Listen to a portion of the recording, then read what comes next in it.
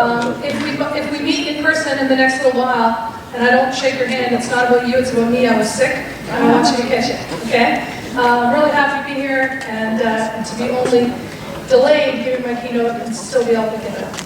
And the context, I've never given this talk in a context like this, where the talk before was so pro-emotion.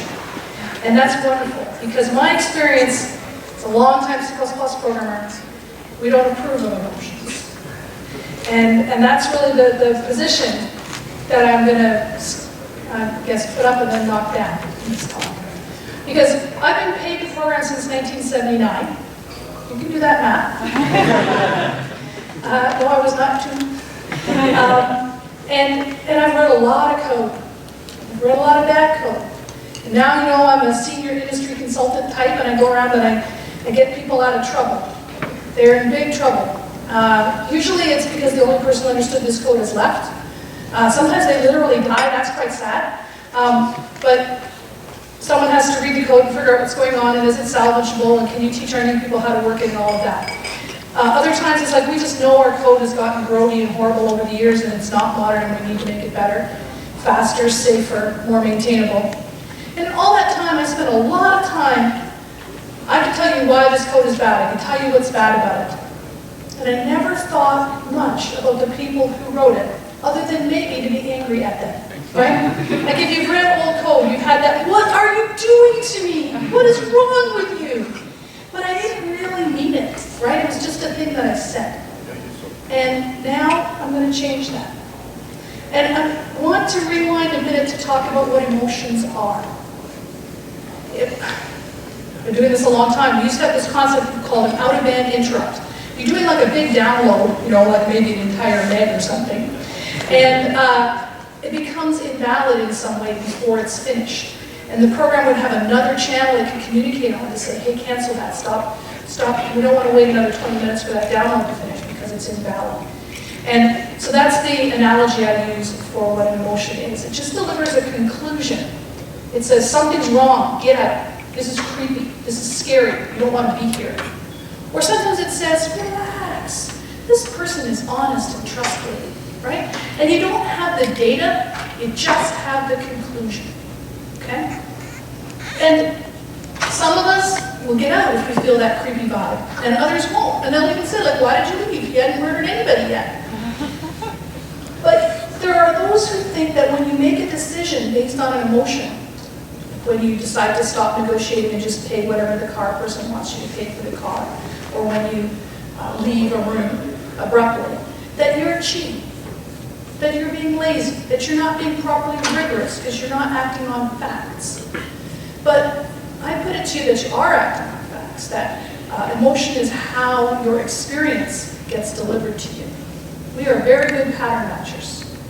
And these emotional signals are saying, I was in this before and it did not end well. Now, if you want to make a technical argument about how many parameters a function should have, I really don't want to be in a meeting where someone says to me, I feel that 5 is the right number of parameters for this API call. Any number other than 5 just doesn't feel, you know, good to me. That's not a good meeting. We're not having a good time, right? But there's more to life than making decisions in meetings and designing APIs. So people who feel that it's cheating or short-circuiting or non-rigorous will go so far as to say, not only should you not base any decision on emotion ever, you shouldn't even have emotions. You've probably worked with people like this, say, especially at work, no emotions.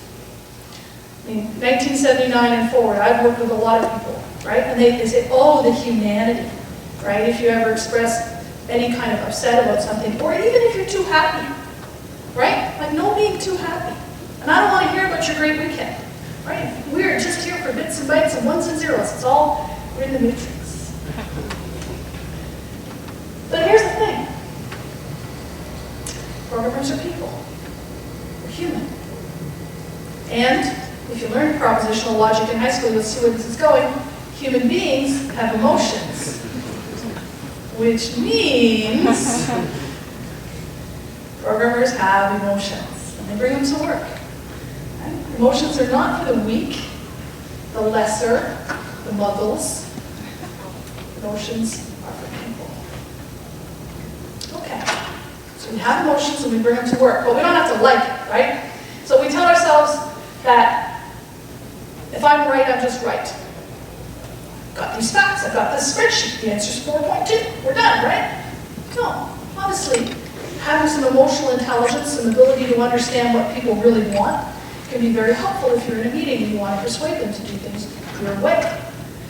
Getting people to trust you with what they really want, what problem they're really trying to solve. Let me tell you as a consultant, what people say they want you to do is almost never what they really want you to do. If they knew what to do, they could have done it. I want people to not only be able to tell after the fact that it was helpful, but I want to be able to transmit in advance, I will be helpful. And I want to win most meetings. Whatever it is I want, for the deadline to be extended, for the budget to be expanded, for more people to be put on it, whatever, I want the meeting to go my way. And as part of a team, I want to be able to trust that team, and I want the team to know that they can trust me. I think we can all agree, and there are many other talks in here, that having emotional intelligence, being able to detect the emotions other people are feeling, being able to change the emotions other people are feeling, is a valuable and useful skill. I'm not here for any of that. I want to talk about emotions specifically in code. Not in meetings, not in phone conversations, not in Slack, not in documents. Because people say things like this, man, it would be so much easier to make software if I didn't have to deal with these stupid users asking for stuff. And they're completely illogical and just wrong. And, you know, I don't like emotions getting in the way of the important creative work I'm trying to do. I like to get away from these people and back to my simple, pure, logical code. Because there's none of those messy feelings in there, right? It's just logic. Only problem with this, it's all wrong. Completely. People say there are no emotions in code, but there are. I can see them, and I'm going to show you some. Most of the examples I'm going to show you are in C++, but this isn't about syntax. You'll figure it out. So when I go through old code, I'm talking 30 and 40-year-old code in some cases, written by people who are not just no longer with the company, but often literally no longer with us. I find a lot of things that I have big problems with that make me yell to the air. And probably the number one is commented out code. And we have source control. Why do people leave commented out code in their code? Here's an example. It's a relatively complicated if. For reasons that you do not want to know, there are member variables called the current whatever, and I did a little redacting. I called them X and ABC. And globals that are also called the current whatever, and they change apparently independently. And there was an if for like if either the current X or the current ABC doesn't match the global current X or current ABC, then we'll do some special handling. And then, probably 20 years ago, that body of the if wasn't needed anymore, but you can see the developer was like, this is a tricky if. It's got like knots and ors and stuff in it, and I might get it wrong in the future, so I'm just going to save it here, right? I can't be sure. I might need it later.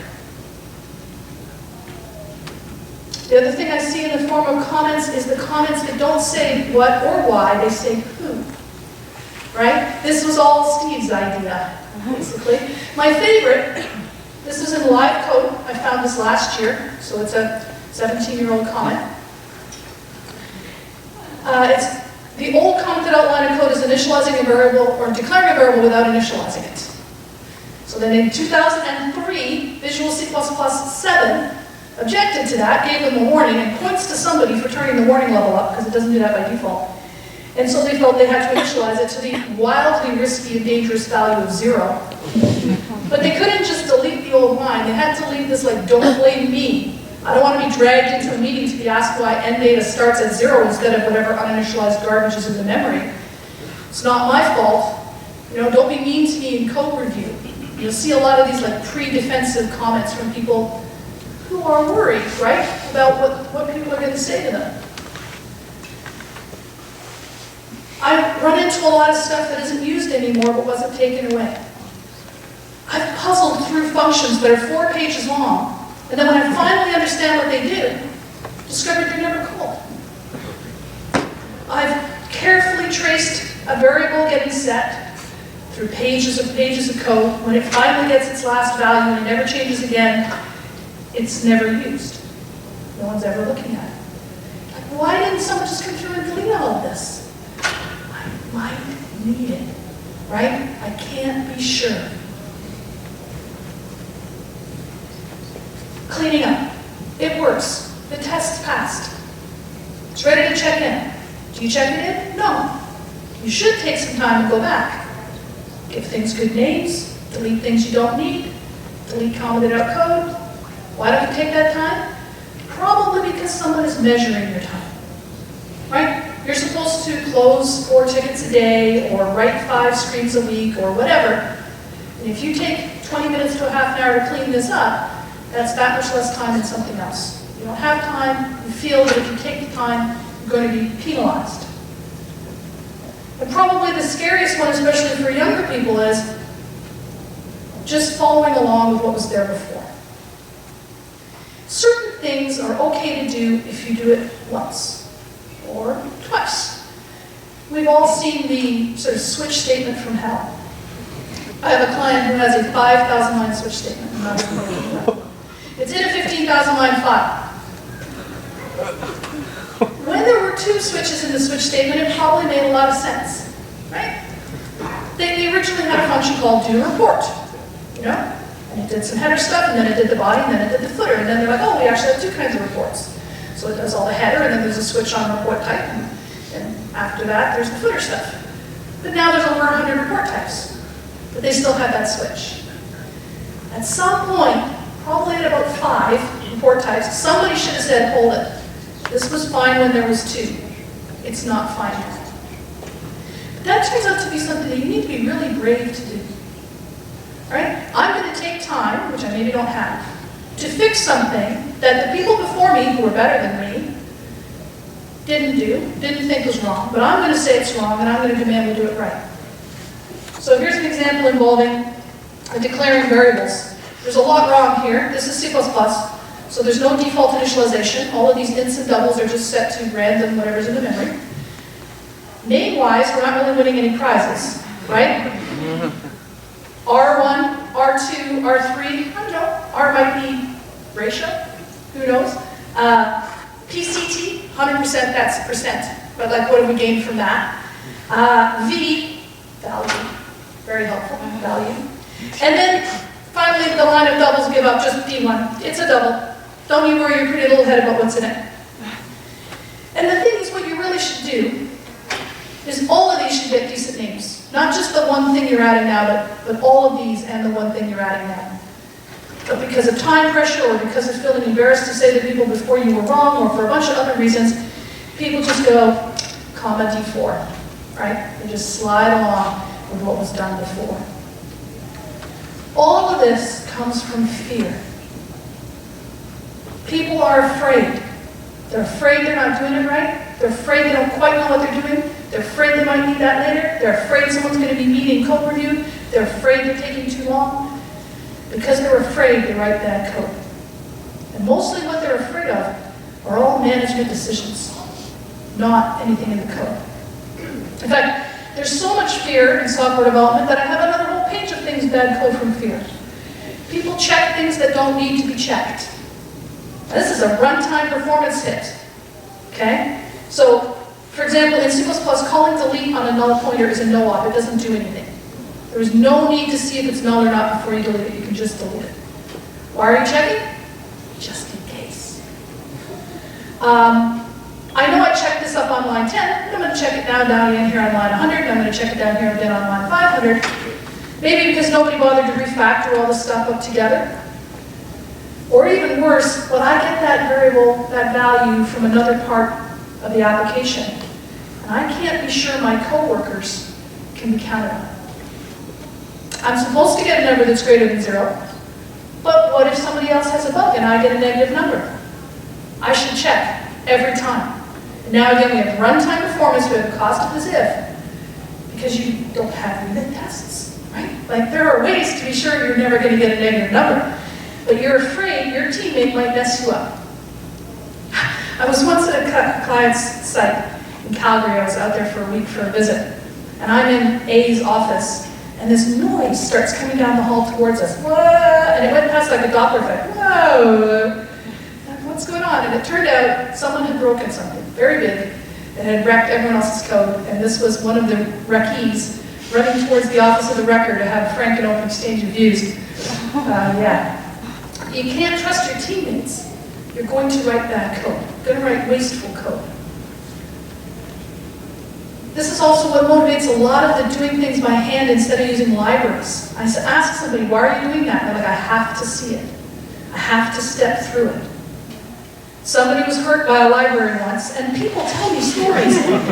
How about in 1983, something in some library was bad, and now they're never going to use library code again. Like a bad relationship in first year, and you're like, I'm done with men. I'm done with the C++ standard library. Okay. Now, not all bad code comes from fear. So those D1, D2, D3s, sometimes I can't be bothered to think of a good answer.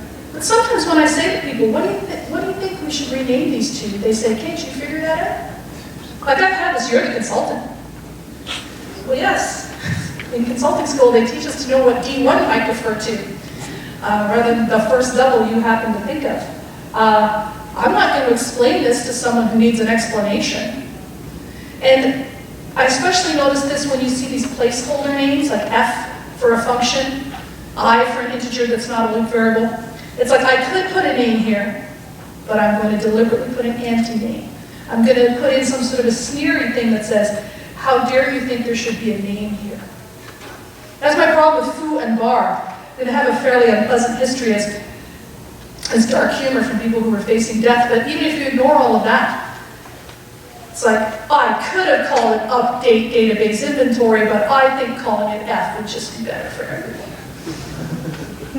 And sometimes this also shows up with the people who write their own vector, their own algorithms, their own sort, for example, because that's not a solved problem in any way. I mean, maybe they have a set of weird data that their particular homegrown sort works better for, but chances are they just think they're better than the library writers who do this all day for their job. And you know these people, losers, PEBCAC, do we still say PEBCAC, the problem exists between the chair and the keyboard? Yeah. RTFM, my favorite. If these people say it in the Slack, they also say it in the code. And you can see it. When you read the code, it's this kind of thing. Now, the story of this, first of all, it wasn't Steve. And it wasn't nonsense. It was a much earthier word. There was a multi-step process, and there was some disagreement amongst the developers about what order things should be done in. Let's say it was copying a file into the archive directory or setting a bit somewhere. It doesn't matter exactly what it was. And poor old Steve thought that this thing should be done in step 3. And whoever was coding step 4 thought Steve was completely wrong, and so wrote another function to undo it, and then later, at the end of step 4, to do the thing again. Again, runtime performance, right? 3 times we're doing the same thing, copying a file around or whatever, database updates, because they couldn't work out when to make this step happen. And then on top of all of that, to memorialize your decision in the function name, so that for the rest of the time people can know that you think Steve's an idiot and that you can override him because your step is after him. This is all arrogance. There's a lot of arrogance in software development. There's a lot of people who really think they are better, right? People who told me, well, I think I know more about C++ than Fiona does. Well, sure, yeah, you only invented it. That's probably right. I haven't heard of you before, but that's not a problem.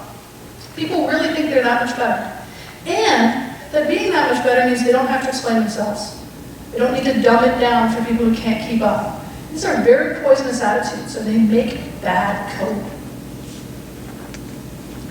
But they also can show up from anger. Imagine if you really took some time to come up with good variable names, not D1, D2, D3. But when you went to code review, someone with nothing better to do with their time dumped all over your variable names and said they weren't good and made you make different ones. The second, third, fourth time, you might be like, whatever, I'm going to go with D1. You're so smart. You come up with it. I'm not putting time in for a good name, since it's going to be ignored anyways. It can also come from that. We talked before about not cleaning up, not refactoring, not renaming, not putting stuff in the right order. Sometimes that's because I'm on panic for time. I'm supposed to close 4 tickets a day or whatever. But that's not the only reason people don't clean up, right? Sometimes they're just like, look, I got my thing done. It's true that if I now did some more work, things might be easier for you next time. That's you, not me. I'm not doing that. Right? It's much easier to just stick in a constant like 42 than to use something with a name. You know, magic numbers? Sure, whatever. It's quicker, it's easier, it's simpler.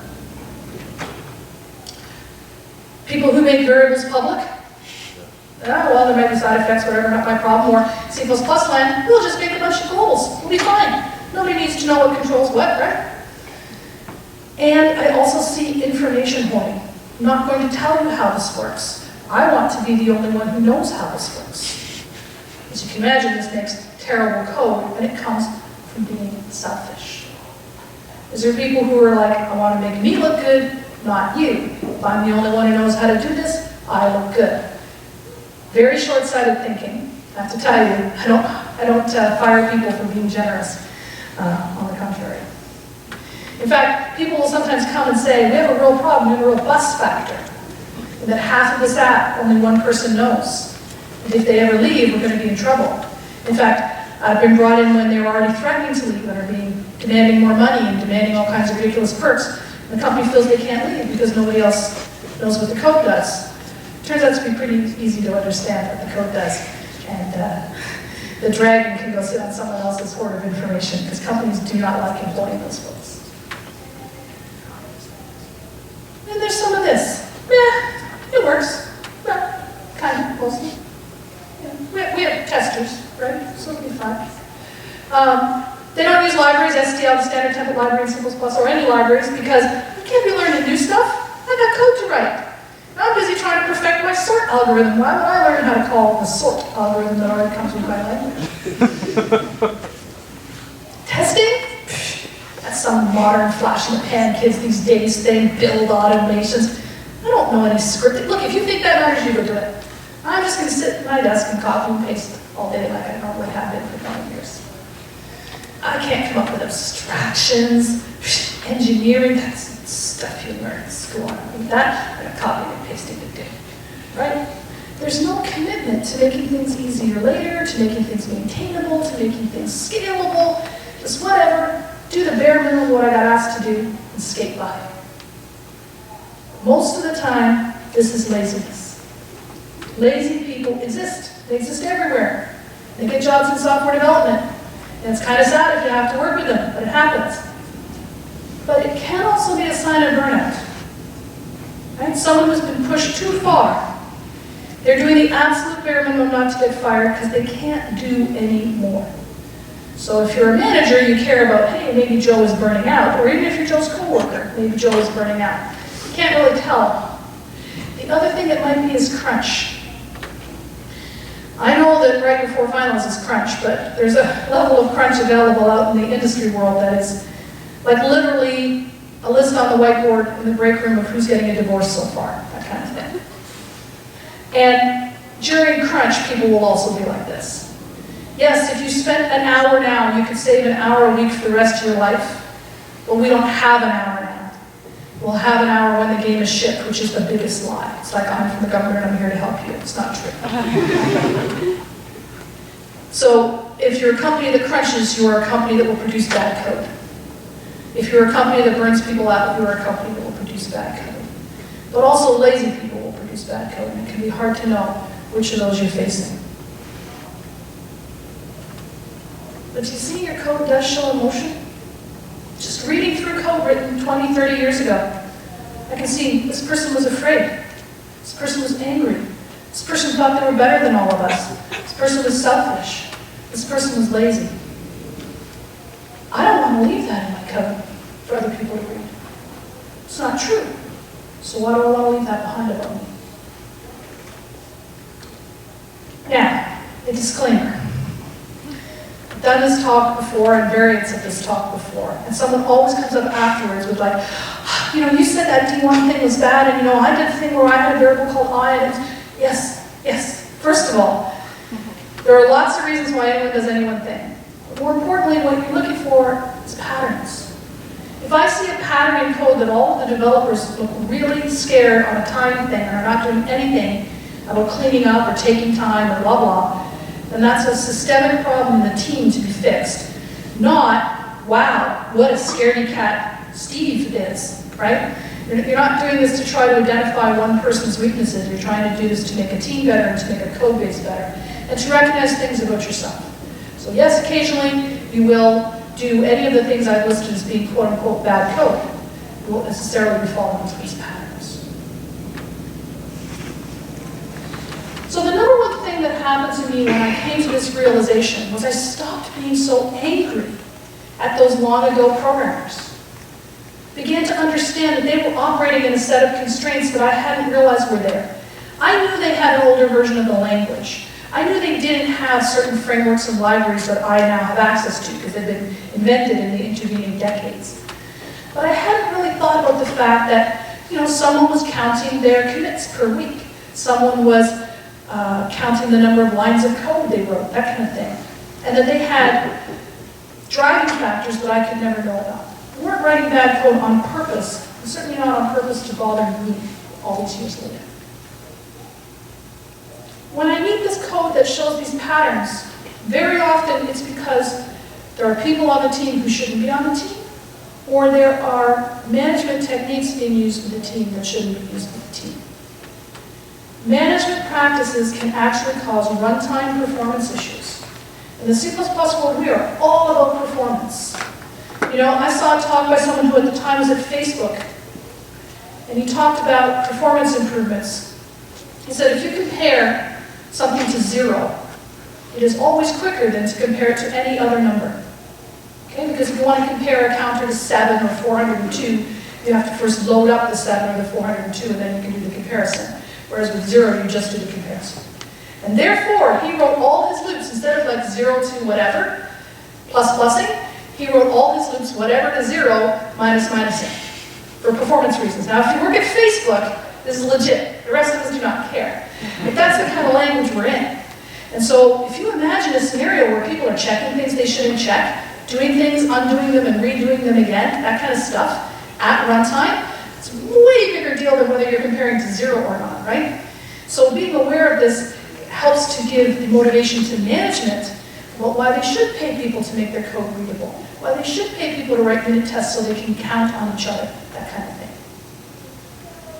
And finally, thinking this way makes me talk, as I said, is this what I want to leave behind as being about me?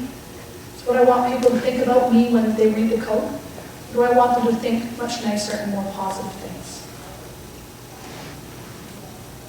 Now, it's natural to think, well, that's what I'm going to do now. I'm so glad you showed me emotions in code, Kate. That's fantastic. What I'm going to do now is I'm going to take the emotions out of my code and make my code neutral. You can't do that. There is no such thing as neutral code. Instead of writing code that's insecure and afraid, if you take away everything that makes it look insecure and afraid, it becomes confident and capable. That's a good thing. If you take away unexplainable, thrown together, no real rhyme or reason to it, then you must have made it reassuring and obvious. I often tell people that code should tell a story and should lead the reader through a process. If there isn't information hoarding, then you're open and you're transparent. And if you take away your arrogance, the code that remains is humble. If you take away your selfishness, the code that remains is generous and empathetic. And these are all good things to be. Just make people think well of the code and of you. Plus, it's going to be, as you can guess, more maintainable, right? More of an asset to the company. I don't have to explain this phrase here. Everywhere else I give this talk, I have to explain about how if your car goes into a skid and you're going to drive into a tree, don't look at the tree, look where you want to go.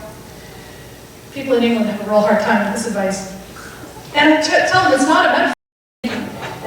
names should explain your thinking, because you actually understand it. The reason you're okay with adding comma D4 is that you don't really know what those Ds are, right? When you really understand it, you will give it names that make sense. And when you come across stuff that's no good, that's from 20 years ago and we just don't do that anymore, fix it. Because you have that confidence and that bravery to stand up for what's right, and we're going to do this the right way. Use libraries. It's going to save you a ton of time. It's going to save you a ton of effort. They've already thought of the edge cases. And if it's not something obvious like the C++ standard library, include a link to the documentation somewhere in the code. When you need to write a comment, make it a gentle comment that assumes the person who's reading it understands as much as you do. Make your names helpful. And basically try to send this message that says, you know this, same as I do. You're as good as me. I'm going to write to you as a peer. I'm not going to sneer at you. I'm not going to dump things down for you. Chances are overwhelming that the next person to read this code will be future you. And future you should know at least as much as current you. So write that way. Be humble. It's challenging. They say humility is like Zen. If you think you have it, you don't. But you can still work at it.